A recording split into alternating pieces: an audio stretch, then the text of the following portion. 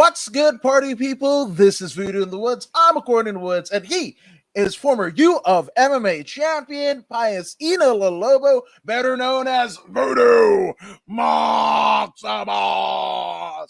And yes, That's we right. had a we had a pretty filled up combat sports Saturday because we had both the Bellator 276, which will go in depth with. 273.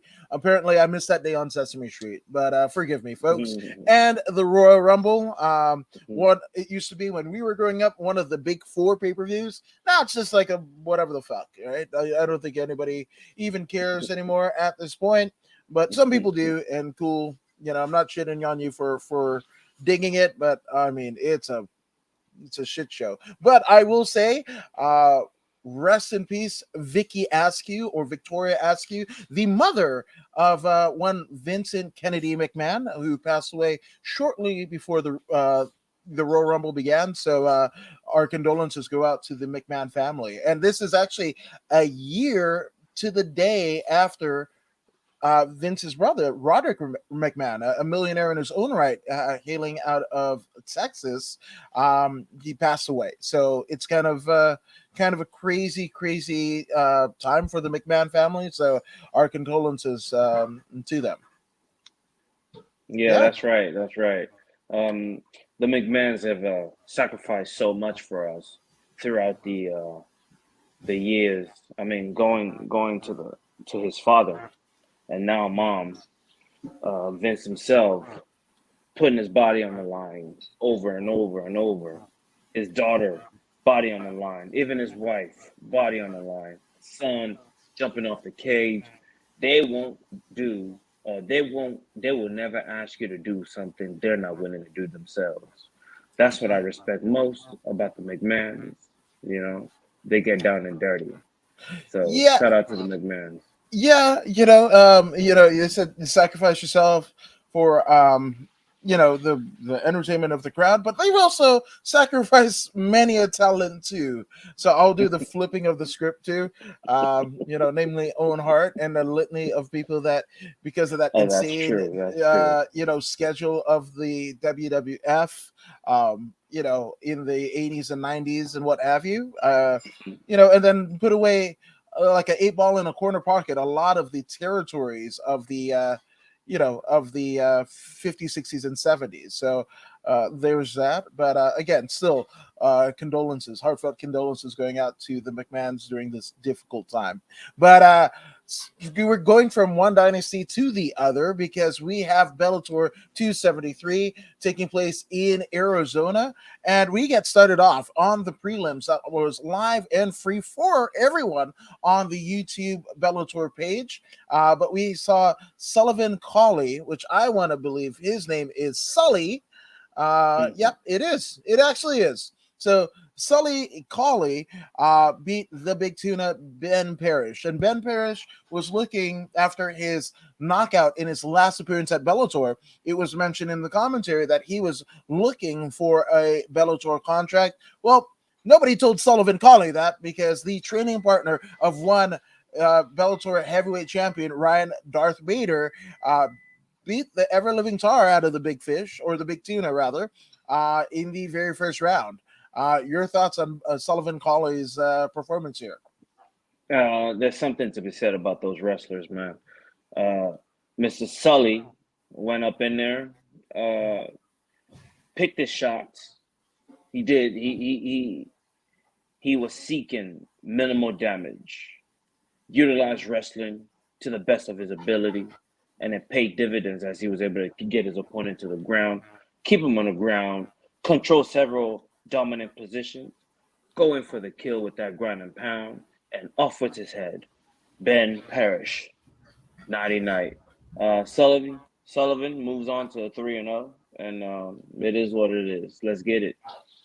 Yeah, and you know what's kind of crazy about this is we saw a Mm-hmm. contingent of both Ryan Bader's team, right, as well Mm-hmm. as Fedor's team, Fedor team. So Mm-hmm. they were up and down this card. So shout out to both teams, and and in the coaches themselves, and Bader and Fedor have a pretty storied history with Bader KOing Fedor at the Forum in Inglewood a couple Hmm. years back, which we both were there in house to witness, which was, I mean, it felt like the earth, kind of moving. But yeah, man, it's this is a big win for Sullivan, and kind of, you know, I think at times when there's a camp heavy or a gym heavy card, whether it be UFC, Bellator, or otherwise, when you have like, somebody in the main event and then you have,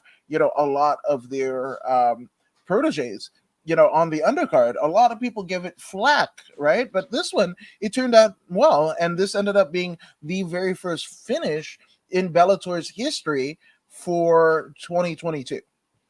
That's right. That's right. I mean, the kid Sully was quite efficient. He was efficient and effective. He nullified his opponent rather quickly. The way his approach was business wise.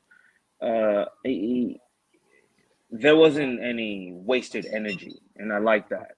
You know, so as as his career goes on, we will see just how much or just how deep his uh his bag of tricks really is. We'll see. Yeah, absolutely. And tricks are for kids, but the youngin Sully taking the win. And your boy Bruce was saying hi. You're joining us over on Twitch. Glad to have you here. And the good sister Takia Pal saying hi guys. How are you? I am here and I am watching the Yeah, game. that's Yes, right. there's a NFL big playoff. Actually, a pair of NFL playoff games here, but we definitely appreciate you guys kind of sticking with us. But speaking of sticking, man, the son of one Chris, the West Side Strangler Brennan, uh, basically showing out to the umpteenth degree. Lucas, the Skywalker Brennan, beats Ben Lugo by arm triangle choke. And man, it was the Skywalker's night in advancing his professional record 6-0 for Brennan. And I mean, this was uh, I mean, Ben Lugo, right, going into this was a 9 fight veteran, and a tough customer. And Lucas Brennan just went in there and just asserted his dominance. Yep, indeed he did. Sometimes, uh, mixed martial arts requires one to be a balanced fighter. In this particular case, Lucas Brennan was more versed in the grappling department than his opponent. He took advantage of his opponent, took his back, no, took his arm and neck, and was able to secure an arm triangle, finish him off in the first round. It was one of those slow pitch knocked out of the park. So there you go. Lucas Brennan moves on at 6-0.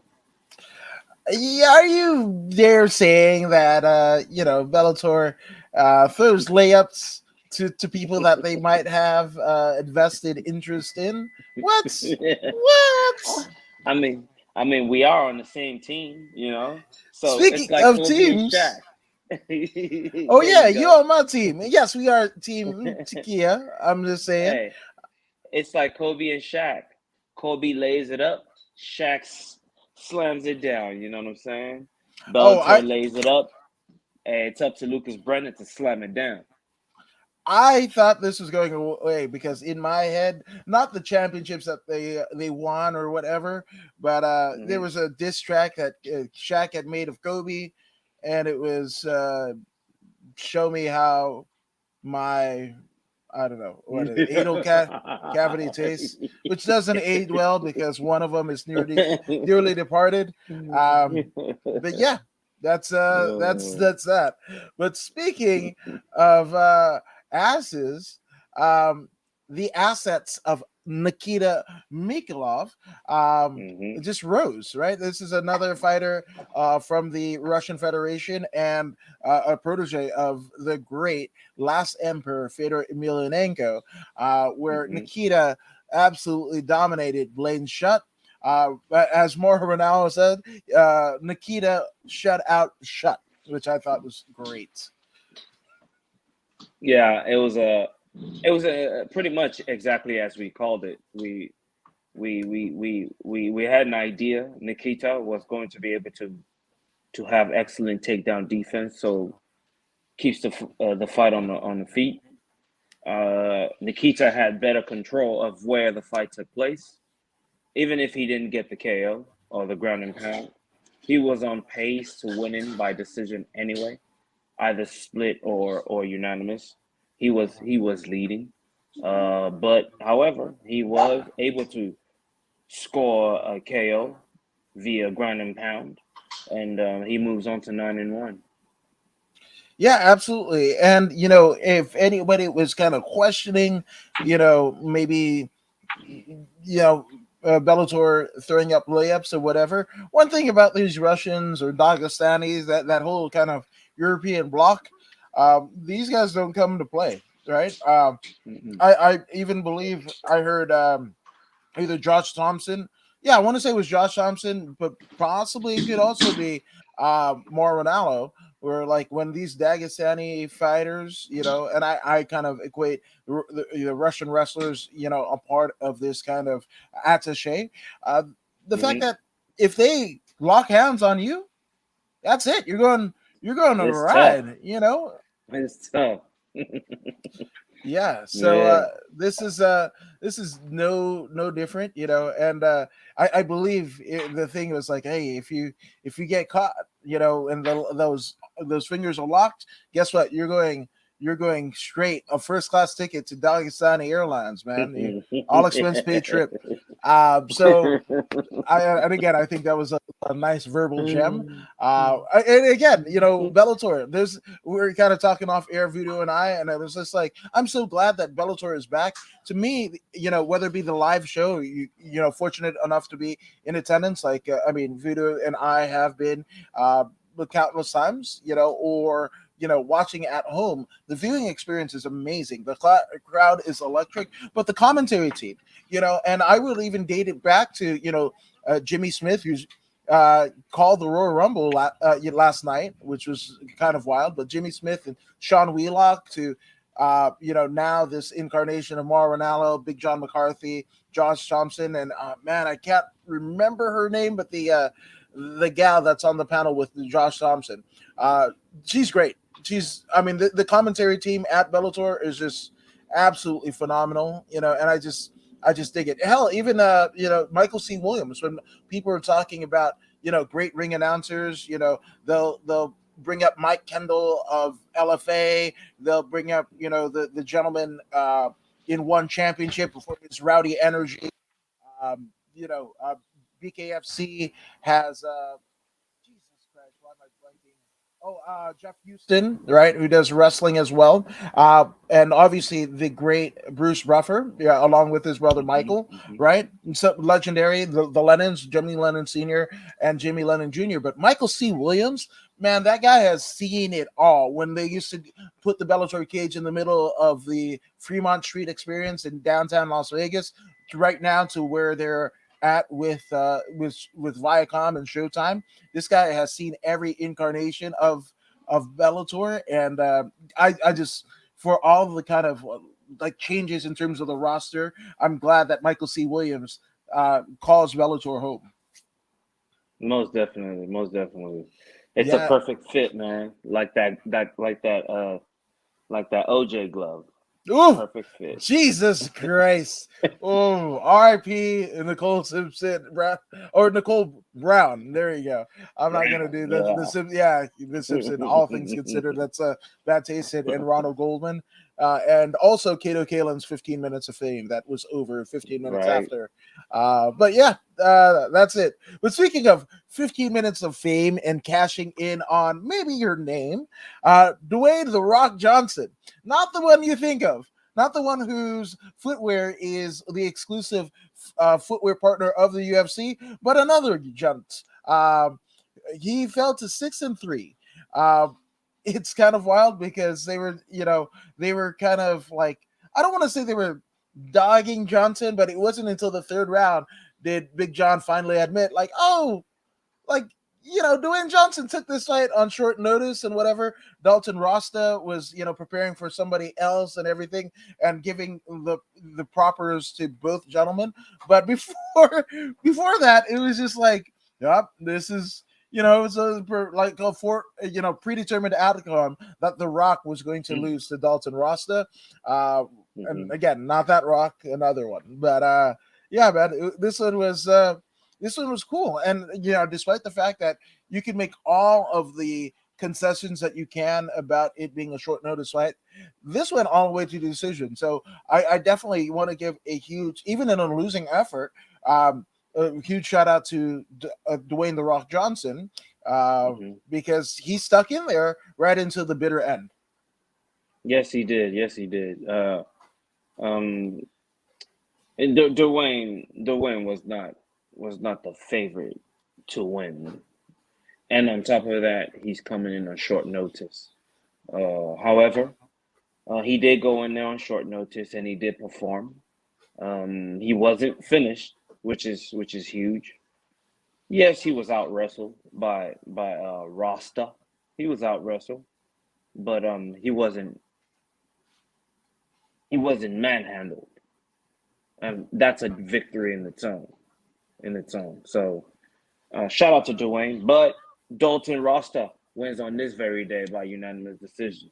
He goes on at 6-0 to greener pastures. 1000%. And speaking of pastures, this one is kind of this is bittersweet because we're going to have the first of two consecutive former Bellator champions taking an L and being finished. But we have the one and only Saad Awad getting KO'd by Chris Gonzalez. This one is rough because Saad Awad, again, as I mentioned, former Bellator world champion, and he's a guy who fights out of Rancho Cucamonga. He's a SoCal guy, and every interaction that I've had with him has been absolutely just couldn't be couldn't be a better dude. But it's wild MMA. Just because you're a good dude doesn't necessarily mean that you're going to end up pay dirt. Chris Mm-mm. Gonzalez, 36 seconds. That's all it took for him to finish a former Bellator world champion. Which you got to think coming out of this, a 7-1 record. He's got his eye and has a very good case on the 155-pound title in Bellator, assuming they don't do a Grand Prix um, first. Yes, indeed. Yes, indeed. Um, I'm looking forward to this Grand Prix. By the way, I mean, I don't know why the UFC don't engage in such activities. These tournaments will get things going. Even if you don't have your champion is not ready, instead of interim whatever, let these contenders fight each other. And the last one that remains on top of the pyramid, by then the champion should be ready to go. And then boom, there you go. And if they do, and if the champion is not ready, then that person should be the interim champion, the winner of that tournament. Not two people that was just chosen. You know what I'm saying? You feel what I'm saying? No, absolutely, and it's how do you slice an orange, right? Do you put it skin on and cut it into fours or eights or what have you, or do you peel it and manually take apart each appendage of the orange, right? So, Hmm. with that all being said, it's every time that I don't want to say every time that Bellator has done a tournament because that is something completely indicative of Bellator's origins, right? Where they did tournaments, Hmm. they didn't almost like PFL. PFL has almost adopted the old school Bellator Bjorn Rebney type of tournament, or UFC if you're the early days of the UFC.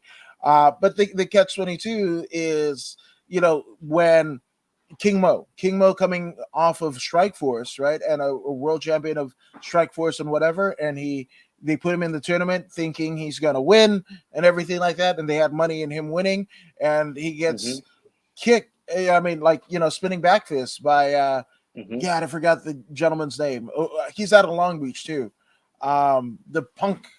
He's like the Yeah, I remember you talking yeah, about. I yeah. remember him. Um, so with that all being said, it doesn't always work, and not it's very hard to kind of determine marketing monies, and allocating it for it, because again, we even seen it in the UFC where a particular champion, they were banking on Ronda coming back and becoming dominant and what have you, and she gets waylaid by Amanda Nunes, right?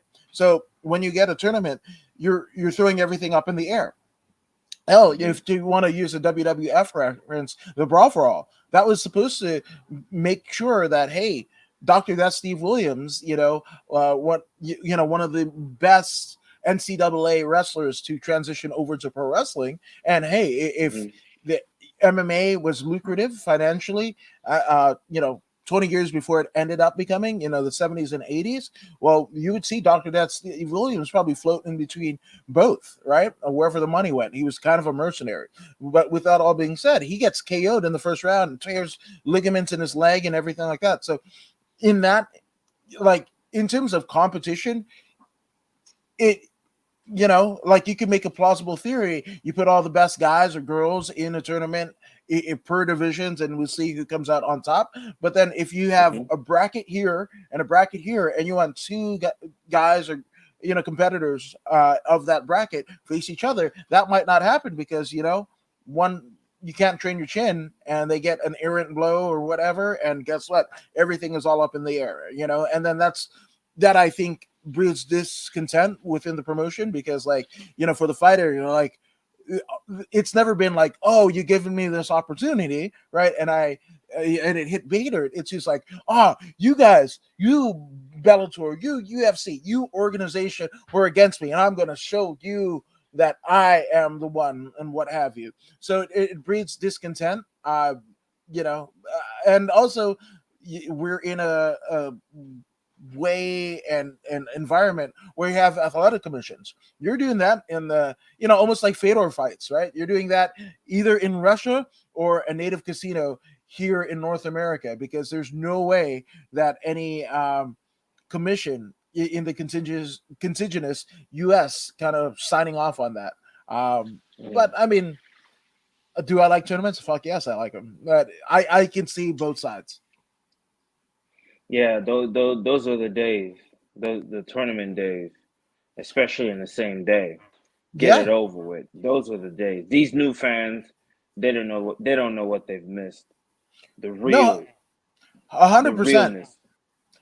100%. And it's again, it all depends, right? What type of MMA do you like to watch and what have you. And it's a way to kind of test the metal of a Hmm. particular fighter's fighting spirit, coming out of one, two, three fights to claim your championship, and it makes that championship make have a little bit more prestige than it would otherwise, and it sure as hell better than an interim title. So there's that. Anything is better than an interim title in my estimation. I know, but also that is a marketing ploy. In some markets where you advertise a champion, and then the champion gets injured or doesn't want to fight or whatever, so you throw up an interim title, but it dilutes all of this. I think Hmm. a tournament would probably add to the prestige versus a Exactly. Exactly. a interim title. But again, that's just me. I am not in a position where I have to make pull the strings or make it happen. So, but you can make a case either way. Interesting. You said being in a position to pull the strings or make it happen because Chris Gonzalez, he pulled the string and made it happen in 36 seconds as he 36 knocks out seconds. Saad Awad. Yeah. 36 seconds. The timing was there, man. The timing was there. He didn't waste any time. He closed the distance rather quickly. Hit him with that beautiful cross. I mean, with that head kick, Yep. and that was that. That's all she wrote. That's all she They wrote. all But get caught. yeah, unfortunately, especially if you're a certain ex president that didn't have sexual relations with that person, Miss Lewinsky. That was a With that horrible. woman. Yeah, with that woman. Jesus, that was a horrible Billy Bob impression. I call him Billy Bob, but former President Clinton. In case you didn't know, Hmm. that's a dated reference. But speaking of not so much dated references, but I mentioned that this is, Sadawad and Chris Gonzalez is the first of two consecutive former Bellator World Championships getting Hmm. KO'd in their respective fights to young upstarts. But Enrique Barzola beats Darian the Wolf Caldwell in the third round. Yep. This is a KO slash ground and pound win. And again, this is rough. This is really rough because you're looking at guys and girls, right? That have been the cornerstones of Bellator, especially in terms of championships. These are people that were drawing money, or viewership rather, in the times of Bellator on MTV2, Bellator on Spike TV, right? You could put Asada Wad or Darion Caldwell on the marquee, and you're going to garner some eyeballs, to the product, and Yep. um, it's just it's almost like they're cannon fodder for these now young upstarts, and of course, flipping it on its head, right? Because there were veterans in the respective careers of Asada Wad and Darion Caldwell, and a litany of others that were basically put a lamb to the slaughter type position, so they could rise up to championship level performances, which they have done in their career. But it's still, if you're longtime fans, this one, in the words of Rod Stewart and or Cheryl Crow's remake of it, but the first cut is the deepest. And Mm. this is a hell of a cut to long term fans of Bellator MMA. That's right. That's right. Couldn't have said it better myself. But as we move on into the next round, we have Enrique Barzola versus Darren Caldwell. This one was a little interesting for me. Darren, I was banking on seeing some dynamic striking, but it seems the complete style of Enrique Barzola was going to pay dividends as he was able to control more of where the fight took place. Um, it was an even match, I would say. It was an even match, but Enrique was slightly better, just a little bit, and it showed on the judges' scorecard as they unanimously voted for Enrique Barzola. I mean, of course, he did get the ground and pound, but even if he didn't get the ground and pound KO, he was on his way to winning the match regardless. So, therefore, Enrique, well put together. Let's keep grinding.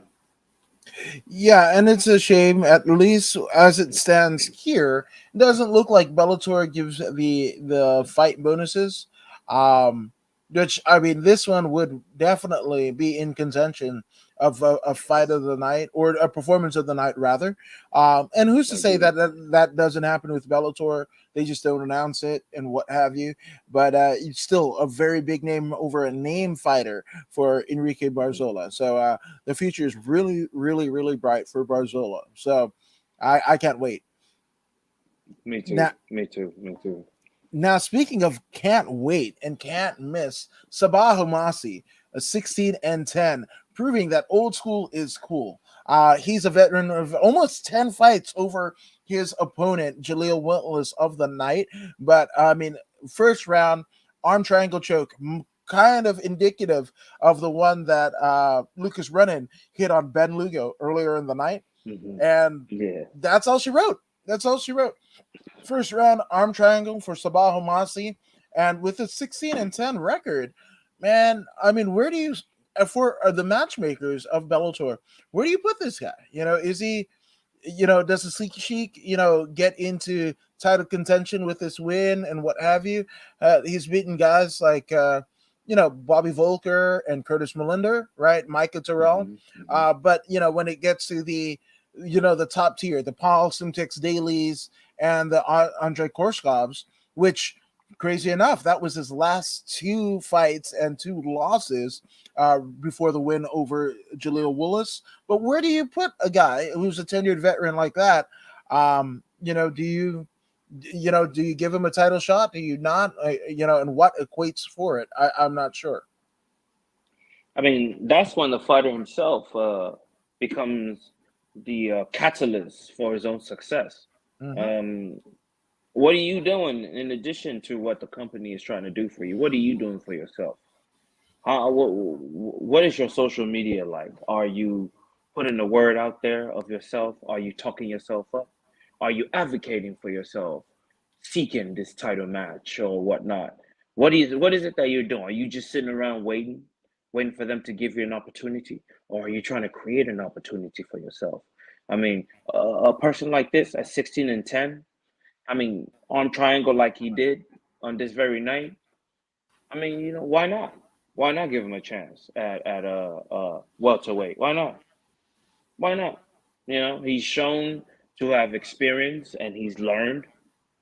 He's learned. He's had 10 long learning sessions and 16 wins. He's still in the positive side of things. So it seems he's got enough experience to challenge for the title. So why not? Yeah, Why not? absolutely. He's fought everywhere. Going back to Titan FC, he was on the Ultimate Fighter, American Top Team versus the Black Zillions when they ran that Mhm, season, and had a career in the UFC, and then now signing with Bellator in 2019, right before the pandemic. This is a guy mhm, with tons of experience and some cachet amongst the hardcore MMA fan base.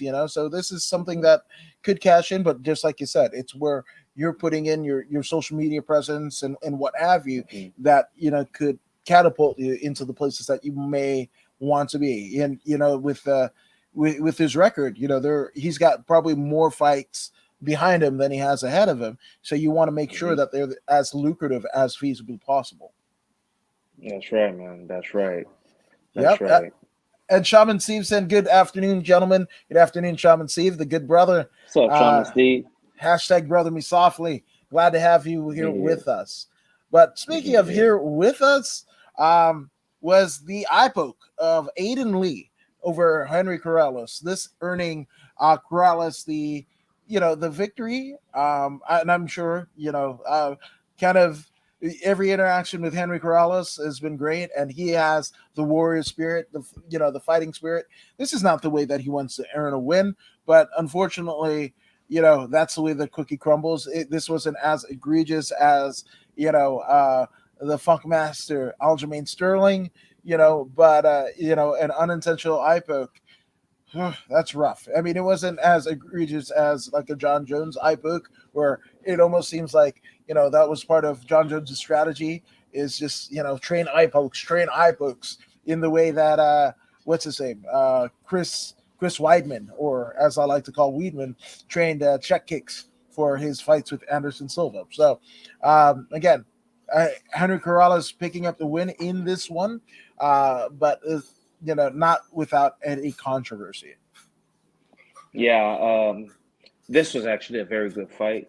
Aiden Lee having all the height and reach advantage seemed to be uh, um, in the position to win the standing game.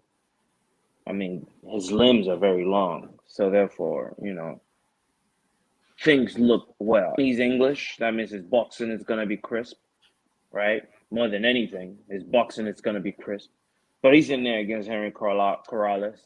Corrales known to be an assassin, a smasher of men, um, tough as nails, as tough as they come. Bellator veteran, been there for quite some time, effective as hell. You're gonna have to kill him to get him out of there. But Aiden didn't know that. So Aiden goes in there in the first round. He saw just how deep the rabbit hole goes. Second round, he realizes the sun is hot.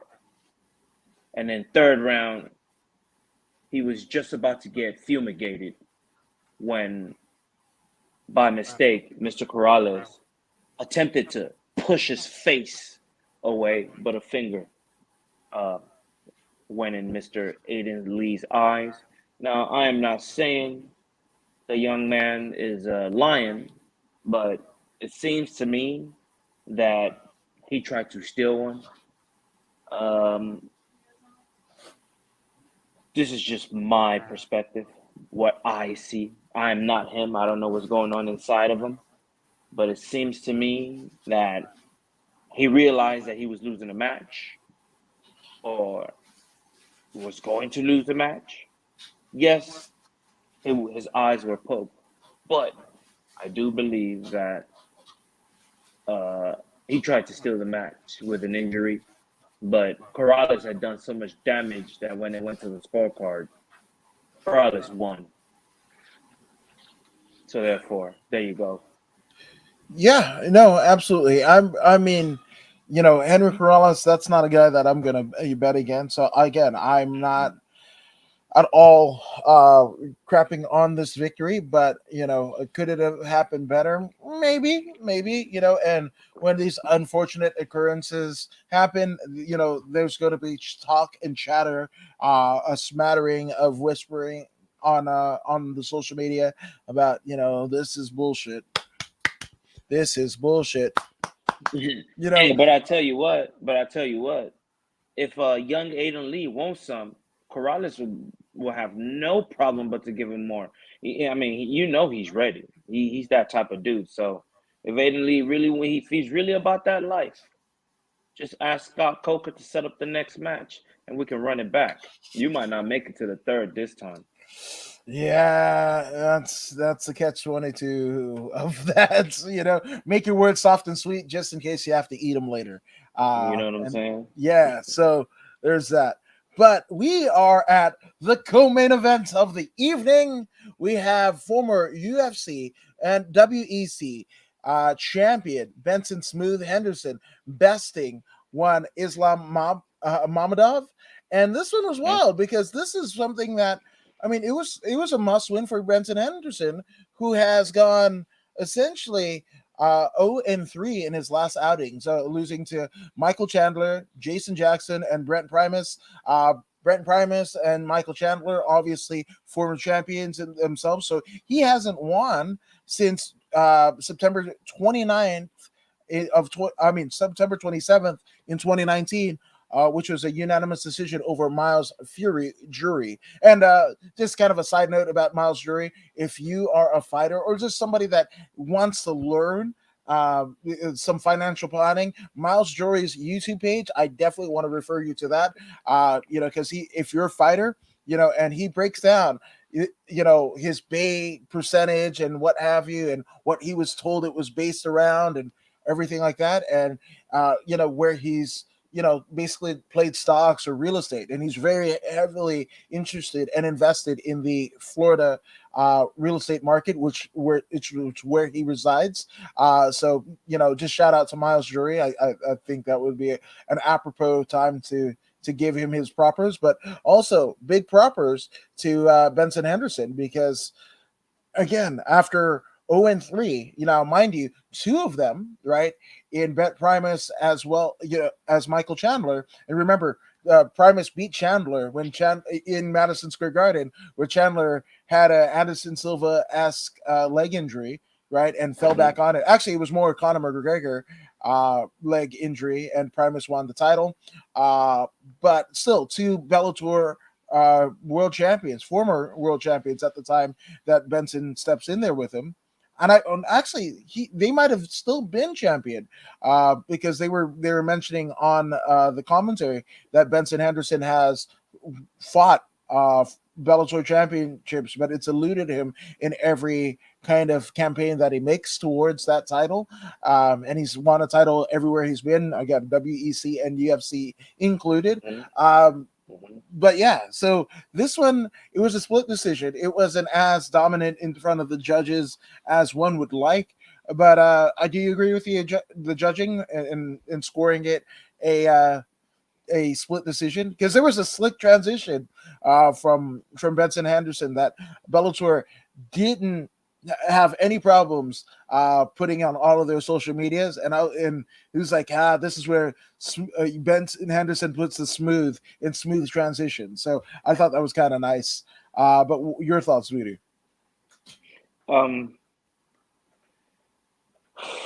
Smooth, man, smooth, smooth. You don't go in there against a Dagestani and perform that well.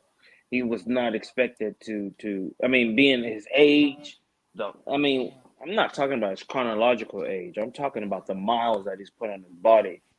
You know, I mean, at what, 40 fights, I believe.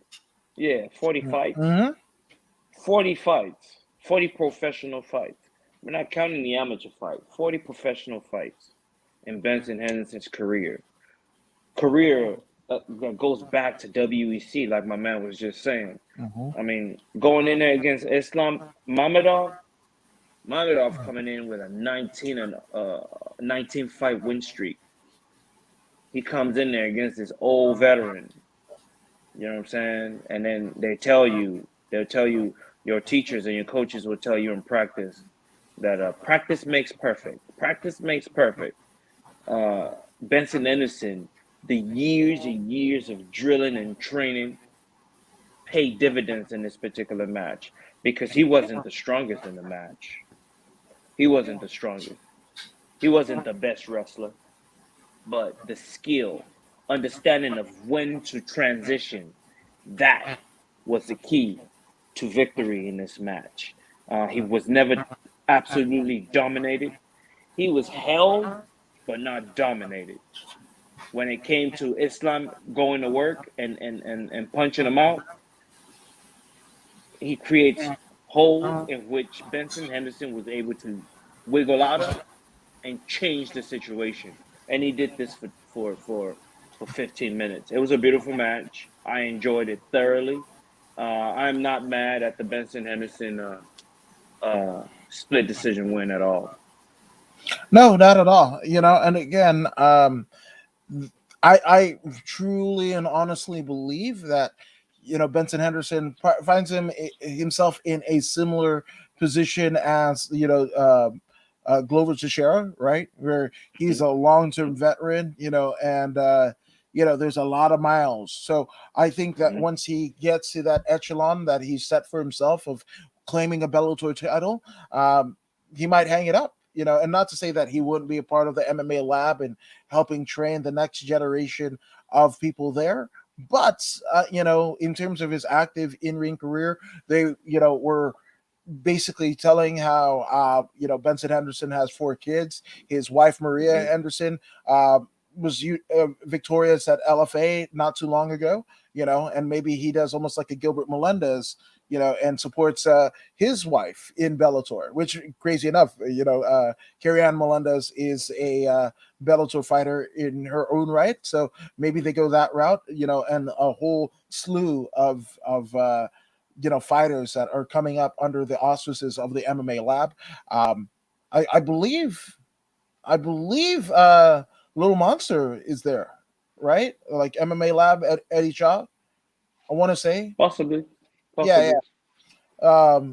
Or maybe Eddie Shaw's with Fight Ready. I don't know. The Arizona fight scene kind of eludes me, so I'm sorry if I'm misspeaking. But the Arizona fight scene, much like every other fight scene in the world, has become a powerhouse. You don't have to just go to Mm-hmm. Southern California or South Florida or the Eastern Bloc of Europe to become a champion. In the instance Mm-hmm. of Ryan Bader. A little monster Vanessa Demopoulos, Mm-hmm. Benson Henderson. These are all Arizona-based fighters. Henry Cejudo, who could forget? Mm-hmm. Um, Pitbull, in his fight with AJ McKee.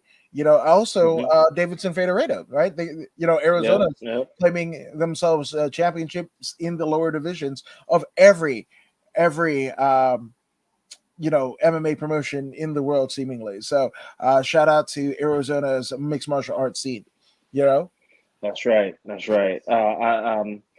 It's nature. It's nature that the rulers change, so to speak.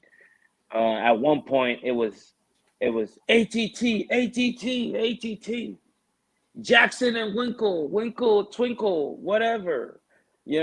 Everyone gets their turn. TriStar, TriStar, this and that, TriStar.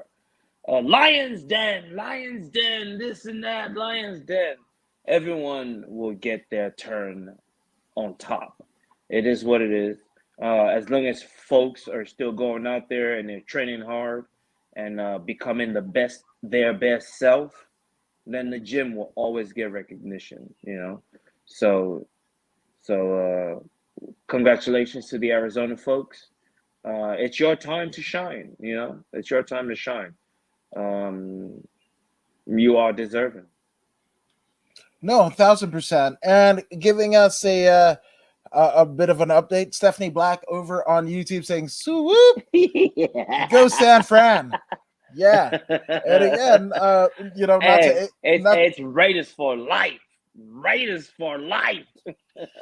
I was telling Voodoo on the off ear, I don't watch much football, but when I do, and when I load up the newest Madden video game, I'm stacking up the Niners. And this is not like, Yeah. oh, Niners over everybody or whatever. I just was born in San Francisco, spent the first 8 years of my life there, and I was, I was growing up around the time of two back-to-back quarterbacks. We kind of Hmm. invented, the Troy Aikman and Tony Romo, the Brett Favre and Aaron Rodgers, or what's his face, Drew Bledsoe into Tom Brady, right? That Yeah, nice little yeah. baton handoff from one Hall of Fame Hmm. quarterback to another, and what have you. So Hmm. I was, living in San Francisco around the time that the Niners were winning everything. So yeah, it's cool that they're doing well, So Yeah. and oof, Raider killer. I have a cousin, actually, the CEO of Purple Ghosts, which I happen to be wearing a Ghost in Roses shirt. But my Okay. cousin is a diehard Raiders fan, which is kind of crazy because grew up in South Bend, Indiana, but rocks the Raiders. Okay, so every time so every time it's his birthday or anything or whatever, I just send him Raiders stuff, And I told him, I was like, until you tell me what else you like, you're just gonna get Raiders stuff, and it's gonna kill Raiders. me because I still don't acknowledge Jerry Rice in his greatness because he over the Raiders, the Razors, yeah, the Hey, Raiders, whatever, Jerry Rice was something special, something special. until he joined the But Raiders. well, even at his peak, Jerry Rice at his peak cannot step to Randy Moss. I'm sorry. I'm sorry. Jerry Rice was great, but I believe if Randy Moss played in the era of Jerry Rice, there would have been no Jerry Rice. If they played at the same time, in their primes, at the same time, there would have been no Jerry Rice. And Because Randy Moss steps up to challenges. You know what I yeah, mean? And he would have jumped out of the arena, the stadium, trying to catch a touchdown. yeah, and I acknowledge Randy Moss in this particular scenario because he went with the Raiders, and then I mean, obviously, a career in Minnesota first. Cutting his teeth there in the NFL, but going to the Raiders and then floating over to the Niners. Like I can do that. Like you're like, oh, I've seen the errors of my ways. I know that the many zeros that the Raiders had offered me, the Davis family had offered me, and what have you, and I know the better of my ways, and now I'm becoming a Niner. I acknowledge that versus you leaving the Niners and floating over to the Raiders and what have you. That's just how I roll, So but speaking of rolling, we are at the main event of the evening, the unification of the Bellator interim heavyweight title and the reigning Bellator heavyweight champion in Ryan Darth Bader. Ryan Darth Bader, obviously winning the previously holding the Bellator light heavyweight championship, Grand Prix championship, as well as the heavyweight. And a lot of people were like, "Oh, this is a Fedor guy." Valentin Moldavsky. He's a scary, scary cat with a near perfect record, 11-1 going into this. But that was no match for the Arizona now kind of raised Ryan Bader, who advances into 29-7, and quite possibly facing one of the scariest guys. Now he's fought scarier guys before, obviously. In look no further than Fedor Emelianenko, right, and KO'd him, Mhm. right. Um, And it looks like, holy smokes, if this, they're saying there could be an uh,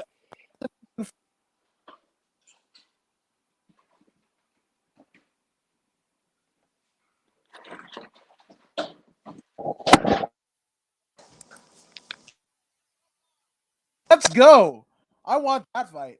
Oh, woo, buddy. Oh, I literally got goosebumps. Like, woo, Czech Congo? Czech Congo and Bader? Sign me up. And you know the Parisian scene, they just barely over the pandemic, gave the green light Open. to MMA. So Hmm. guess what? All that Canelo horse meat, all that fucking, supplements, illicit supplements. Oh, bring that shit. Bring Let's that shit go. to Paris. That's you're gonna get like a fucking TRT Yeah. myostatin inhibited. These things are gonna look like fucking like I don't know, like action figures coming at each other.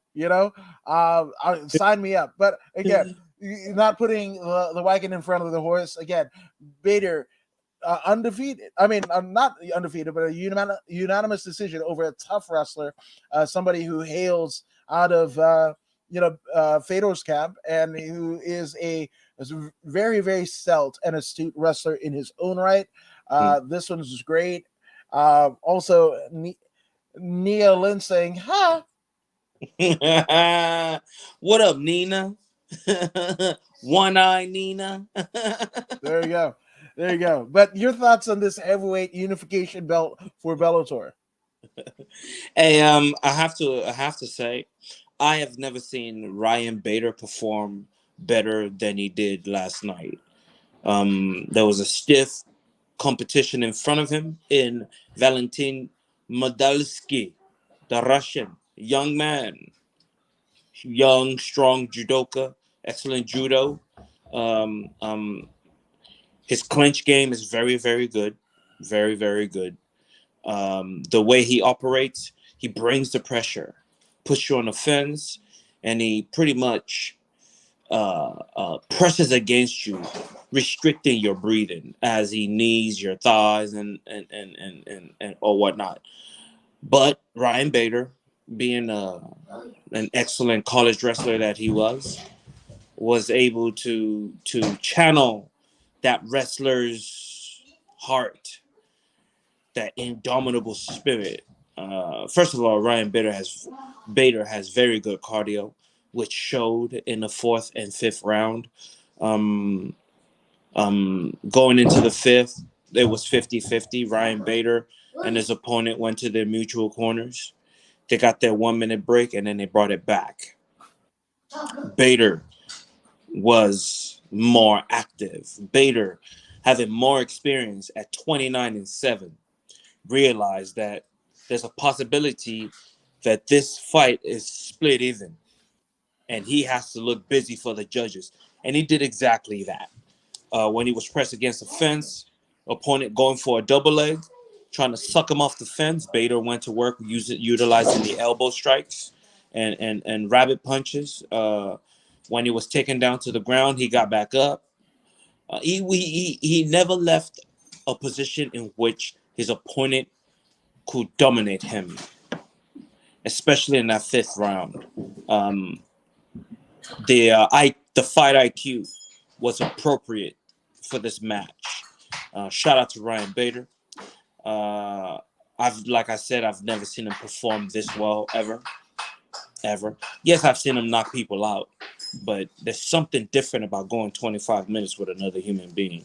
I've never done it, but what I have done, I know how hard it is. Not to talk about tacking on 10 extra minutes on top of that. Um, Bader proved himself to be a real world champion on this very night, and kudos to him. Now he's going to be going up against a Frenchman, Czech Congo. I truly believe this would be an easy fight for Ryan Bader.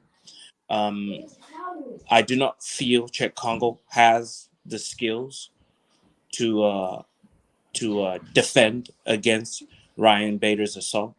If Ryan Bader can watch out for those uppercuts and possible knees, I say he controls the match and he wins by unanimous decision. Yeah, I know. And actually, before I get to my comment, Shaman Steve says, "Remember when we saw Bader clip Yeah. Fedor at the forum? Looking forward to the Congo fight." Yeah, I Oh, yeah. was there too, and it was the wildest thing. It was literally I was posting Fedor's walkout because I mean, if you see a Fedor walkout, that is almost like the Undertaker, right? Yeah. There's a change in the air that Yeah. happens, right? And that Russian almost the Russian equivalent of the Benedictine month is like, whoa, whoa, whoa, whoa. Like I don't know what the fuck was going on, but That's the there's last emperor, man. The last yeah, emperor from Russia. The yeah, very last. no, 100%. You know, and then I was posting the walkout, and then I look up and I look over at Ryan Lilly with Fader fucking spread eagle, and Bader just fucking going crazy, and I was like, what the fuck? Just posting the fucking walkout. That's Yeah. how quickly Yeah. Bader finished Fedor, and you know, I'm just saying. And in terms of Ryan Bader and Czech Congo, this is actually a rematch of their Bellator 226 contest that was essentially uh, levied a no contest because there was an eye poke from the ground. Uh, you know, so this is actually a rematch. But in terms of Bader's credentials, this is somebody that is even right now, right as he's still currently champion. How can you tell me that this is not a Hall of Fame career? You know, fought in Mexico, fought King of the Cage, fought in Nevada, Stop it. fought in Arizona, fought in Cayman Islands, right? Starting off his career in 2007, right? Came onto the Ultimate Fighter season 8, beat Kyle Kingsbury, Filthy Tom Lawler, right? Uh, beat Vinny Magalhaes in the Ultimate Fighter finale, right? He's an Ultimate Fighter champion. Beat Keith, the Dean of Mean Chardy, Antonio Jorgero Nogera, right? That in itself, I mean, Pride champion. You know, one half of the Noguera brothers. Been in there with John Jones, Tito Ortiz. Beat Quinton Rampage Jackson. Beat Lyoto Machida twice. Beat I mean, actually, he's 1-1 with Lyoto Machida in UFC on Fox 4. Lost, got KO'd by Machida, but takes that back in Bellator and beats Lyoto Machida way back in. Actually, that was last year in April. That was April of 2021 as we're recording this, right? Been in there with Vladimir Matusenko, Glover Teixeira, Rafael Cavalcante, OSP, All Winston Brew, Phil Davis, Hmm. Rashad Evans, Anthony Johnson, Ilir Latifi. Uh, you know, ran it back with Noguera, ran it back with Phil Davis, King Mo, Muhammad Law, Linton Vassell, Fedor, and Matt Mitrione. That Hmm. is a, and then even going into Submission Underground, Chael Sonnen and Submission Underground. A shout out to Heather Standling, the matchmaker behind Submission Underground. But you know, basically beat in Submission Underground 19 Anthony Rumble Johnson, but Hmm. lost to Mason Fowler. Mason Fowler, one of the top jiu-jitsu practitioners this side of your mom. Wow, that was not meant in a diss. That was supposed to be funny, but I'm sorry to anybody's mom who might be offended. But again, beating Yoda Machida, losing to Corey Anderson, but coming back after that Corey Anderson loss, that was a part of the light heavyweight tournament and defending his heavyweight title successfully against Valentin Moldavsky. Again, this is, I mean, is there a better record, right? Is there a better list of opponents that would qualify or quantify a Hall of Fame worthy career than what I just bespoke of Ryan Bader? I mean, he's been in there with the very best ever. Yeah. Yeah. He definitely is an accomplished man. Winner of the Ultimate Fighter. Now he's in the Bellator. You know, former double champ. I mean, you know, he's reached his goal of becoming champion. Now let's just stack them ends, stack that money so high that we don't have to worry. You know, I'm sure he looks like a smart man. I'm sure he's diverted money into different portfolios and making his money work for him. Uh, Sky's the limit. Now he's two up on Fyodor Emelianenko. Fyodor himself was smashed. Now his protege smashed. Let's see what will they come with next. We shall see.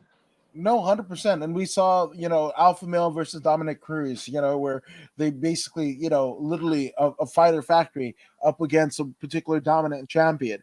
Um, yeah, again, to me, and you can't tell me, oh, Bellator isn't as great or what have you. I'm not even entertaining that because every promotion in the world right now has, I mean, world class talent. Even in the amateurs, right? These kids today, you Voodoo, who trains a lot of the youth in your region, in martial arts, you see it on a day to day basis, right? So the, you're seeing not the practitioners of just one specific discipline, but kids literally, when they start walking, they're training in MMA. They're That's right. training MMA, all right, Right. with a mix of jujitsu and everything like that. So it's just crazy. And during this time, Ryan Bader has reigned supreme. And you said two champions. Actually, when you add the Grand Prix, it's actually three. That's Bader three belts, That's right? right. That's Grand right. Prix, heavyweight, light heavyweight.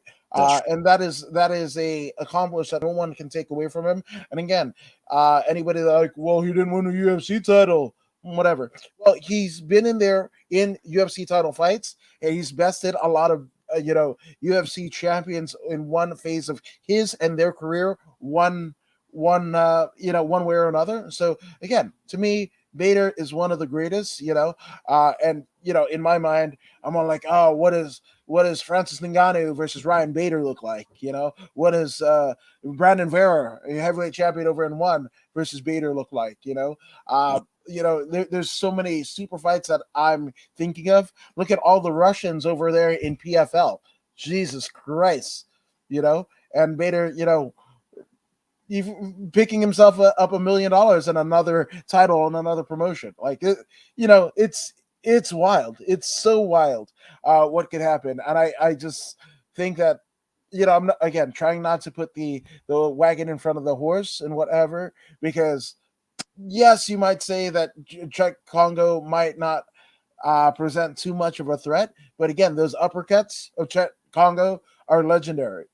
So that's a tough deal. But looking beyond Chet Congo, and I hate to do that, no disrespect to Czech Congo, but when we look past that, how much does Ryan Bader want to give back or what have you, and how many fights does he have left on his Bellator contract? I don't see him going back to the UFC anytime soon. It was pretty acrimonious, the breakdown and him going over to Bellator. So I don't think that's a bridge that could be crossed again. But never say never. We've seen so many people come back. But yeah, I mean, Bader, Hall of Famer. I love it. Yeah, Bader has no business going back to the UFC, man. They don't have anything for him, even the title. The title will not never be his. Uh, uh, for him to go back to the UFC, he's gonna require a certain amount of money that I don't believe they will want to pay him. Yep. Which is why uh, he is the Bellator brand. Stick with Bellator. The Yep. UFC ain't gonna pay you what you want. Right. They're just not gonna do it. Bader's good, but he's not polarizing. He's not polarizing good.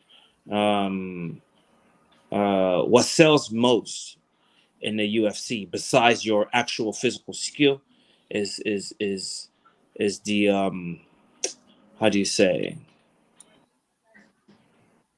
You have to be animated, so to speak. And if you don't have that ability, to tell a story, if you cannot tell a story with your voice, then you're not going to get that kind of money Yeah. that you think you deserve. Even though your fighting skill deserves it, eh, there's a couple of things still missing. And, but where Bader's at right now, those things aren't necessary. Right. The system there is slightly different. And it's just custom built for him to shine. So I say he stays in Bellator.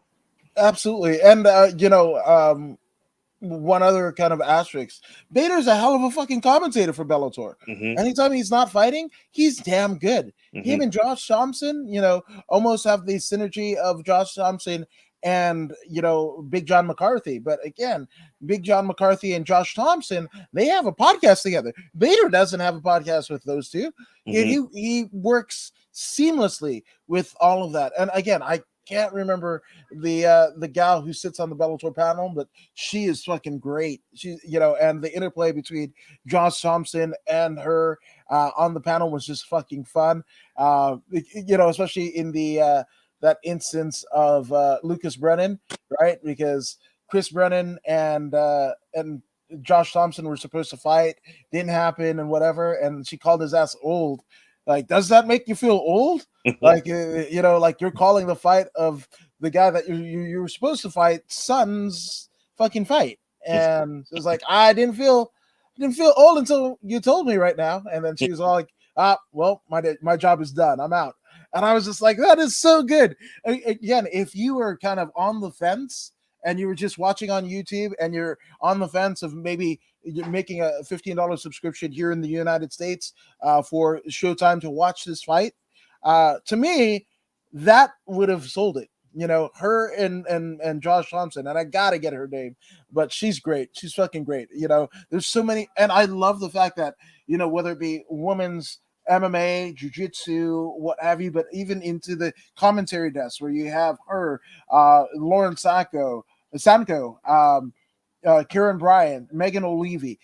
They are some of the greatest broadcasters to ever grace combat sports, and we have them. They could. I mean, look at even Megan O'Leary, who does NFL stuff too.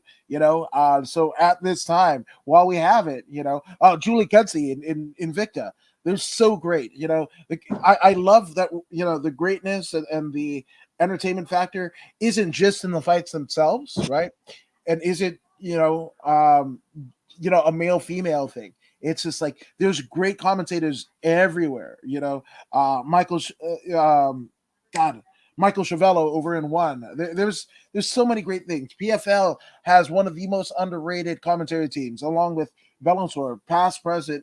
Um, some of the greatest teams ever that have permeated themselves into, in the instance of Sean Wheelock, BKFC or Bare Knuckle Fighting Championship, and Jimmy Smith is over on Monday Night Raw, WWE Monday Night Raw. So again, the tentacles of MMA, they reign supreme. And shout out to both Brock Lesnar and Bobby Lashley, both MMA veterans themselves. Brock Lesnar, a former UFC heavyweight champ, a hell of a and kudos to the WWE for doing the promos in the lead up to that. That sold me. I haven't watched in a while. I've watched wrestling. I just haven't watched WWE, or I haven't watched sports entertainment in quite a while. I love the build up to it.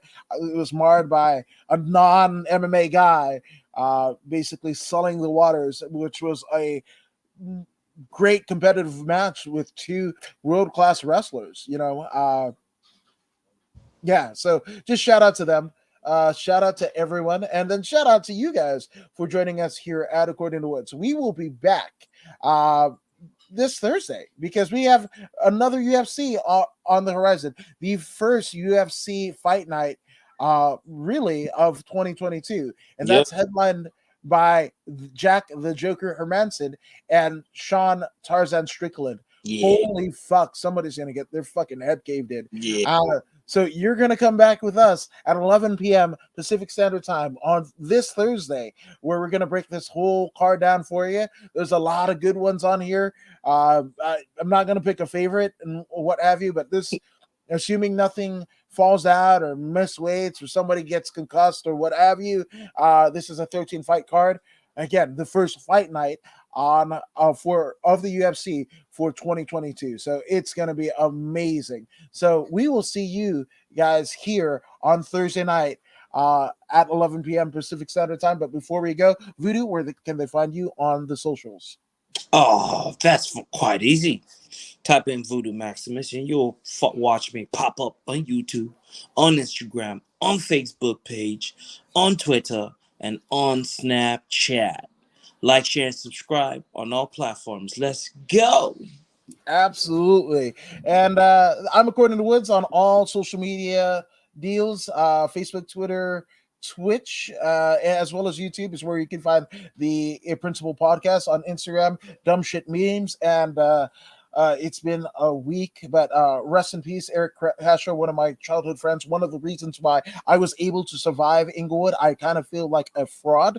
And people are like, "Oh, Woods is from Inglewood," because that is a guy who was Inglewood through and through, lived there until the day he died, and everything that you want to say about like, oh, single mothers raising three kids. Mrs. Castro, she ended up having a house, still maintains a house in Inglewood, raised three kids, Eric being the oldest of the three. And unfortunately, he left this world literally a week ago today. This is rough, but again, I feel like a fraud because that is Inglewood guy through and through.